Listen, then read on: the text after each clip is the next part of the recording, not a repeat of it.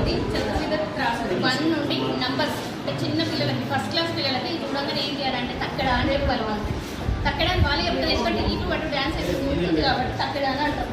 అయితే నంబర్స్ అవుతారు వాళ్ళు, జస్ట్ ఫస్ట్ క్లాస్ పిల్లలకి. Next second, third, fourth, fifth పిల్లలకి దీని ద్వారా మనము అడిషన్ చేయొచ్చు. అదేవిధంగా సబ్ట్రాక్షన్, మల్టిప్లికేషన్ అండ్ డివిజన్ ఇవన్నీ కూడా చేయొచ్చు. ఒకటి ఎక్స్ప్లెయిన్ చేయండి మాకు. ఇక్కడ చూడండి,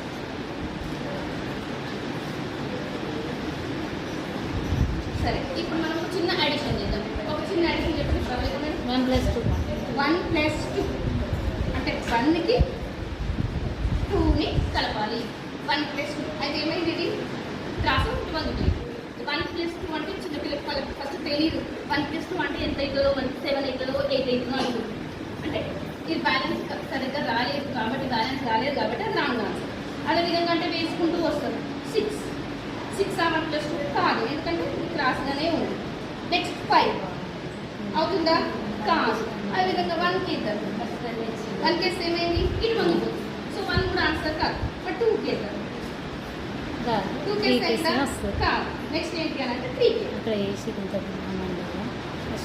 సూపర్ 3 కేస్తే సూపర్ సూపర్. దానివల్ల కొంచెం అటు ఇటు అవుతుంది.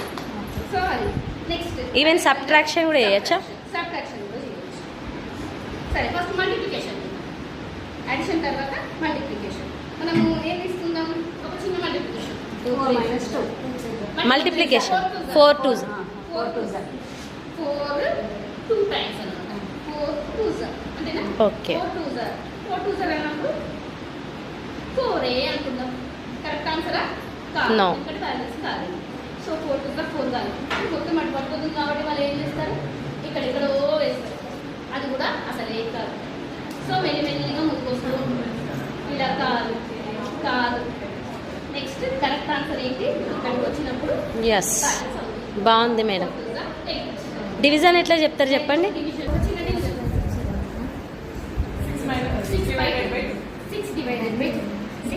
ఒక్కొక్క బ్యాగ్ యాడ్ చేసుకుంటూ తీసుకున్నాం మనము 3 ways.